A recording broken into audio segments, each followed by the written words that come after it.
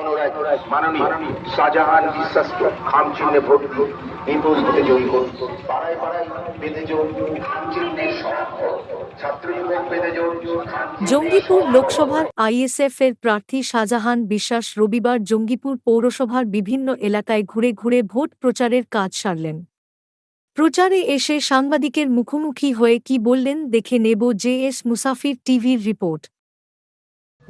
ভালো আবহাওয়া, জনসাধারণের যে আবহাওয়া, এটা সময়ের অপেক্ষা।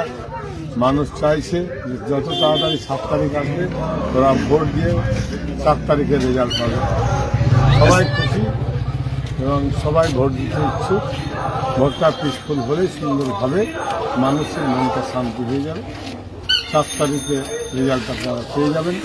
সবাই ভালো আপনারা ঘুরছেন, দেখছেন, দোয়ার তুলে মানুষ দোয়া করছে, আশীর্বাদ করছে এবং মানুষের চাইছে যে আইএসএফ আসুক, শাহজাহান বিশ্বাস আসুক, নওশাদউদ্দিন সাহেবের দল আসুক, এই তাদের কারণ আপনারা দেখছেন চারিদিকে বিভিন্ন রকম সমস্যা। সেই সমস্যার সমাধান করার জন্য একাই নওশাদ সিদ্দিকী লড়াই করছেন। সেই লড়াইয়ের সঙ্গে আমাকে সামিল করেছে। আমি দিল্লি যে আমাদের যে জঙ্গিপুরবাসীর যে পাওনা, যে ইচ্ছা, যেগুলো হওয়ার দরকার, জল, পানি, গঙ্গা ভবন, বিজলি, ইউনিভার্সিটি, আলিগড় ইউনিভার্সিটি, আমাদের হসপিটাল, এগুলো খুব দরকার। সাধারণ মানুষদের ছুটে কলকাতা যেতে হয়। এখানে এত 19 লাখ মানুষ থাকতে, তার ভোটার, তারপরে এত মানুষ পরিবার আছে, তাদের সমস্যা। এখানে কোনো কলকারখানা নেই, এখানে একটা ব্রিটিশের রাজনীতি পেয়েছে। আর সাধারণ ব্রিটিশ শ্রমিকেরা আছে। ব্রিটিশ শ্রমিকদের কোনো অসুখ বিসুখ হলে তারা মধ্যমাঠে তাদের কোনো চিকিৎসা হয় না, সমস্যা হয়ে যায়। তার জন্য যে ব্রিটিশ শ্রমিকের হসপিটাল আছে সেটাকে সুন্দরভাবে আমাদের মানুষের জন্য যোগ্য করে তুলতে হবে।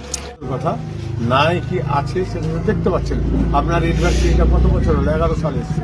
আজকে কত বছর হলো? 12 বছর হলো। তো 12 বছর ধরে একটা ইউনিভার্সিটি শুরু হয়েছিল, 3টে জিনিস 3টেই থাকবে। এটা তো কেন্দ্র কেন দিচ্ছে না? এখানে তো বিভিন্ন কলেজগুলো দিতে পারতো। ইংলিশ,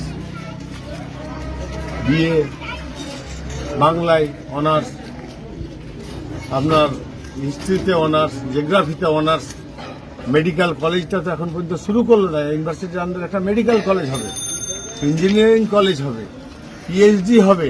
সেগুলো কেন হচ্ছে না? অভাব আছে কেন্দ্রের টাকার। বিভিন্ন ইউনিভার্সিটি খুলছে, সেগুলো হচ্ছে, আমাদের হচ্ছে না কেন? তো এখানকার ব্রিটিশ শ্রমিকের যে হক, সে হসপিটালটা তো আপনারা দেখতে পাচ্ছেন। আমি মিথ্যা কথা বলছি? তাহলে আমি যখন মিথ্যা বলছি না, তো সেটাকে বাস্তবে করার জন্য তার আগে 18 জন 17 জন যত লোক এলো, কেউ মাথা লাগাচ্ছে না, বলছে না। বললে হয়তো টিকি বাঁধা আছে, মুখ বাঁধা আছে। আমাদের মুখ বাঁধা নাই আইএসএফের। আমাদের হক প্রথম জঙ্গিপুরবাসীর হক পূরণ হলে জঙ্গিপুর লোকসভা কেন্দ্রকে পূরণ করে আমি নিয়ে এসে তারপরে যদি আরো আদার্স কোথাও যেতে হয় তারপরে যাব, তারপরে আদার্স কোথাও যেতে হলে যাব। প্রথম হচ্ছে জঙ্গিপুরবাসীর মানুষের গঙ্গা ভাঙনটা।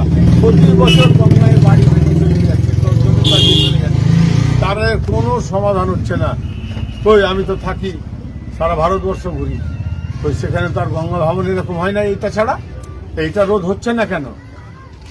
বিভিন্ন জায়গায় প্রচুর হাজার হাজার কোটি টাকা করে বাঁধন করা হচ্ছে রাস্তা। আমাদের এটা করুক, এটা আমার সরকারের কাছে আবেদন।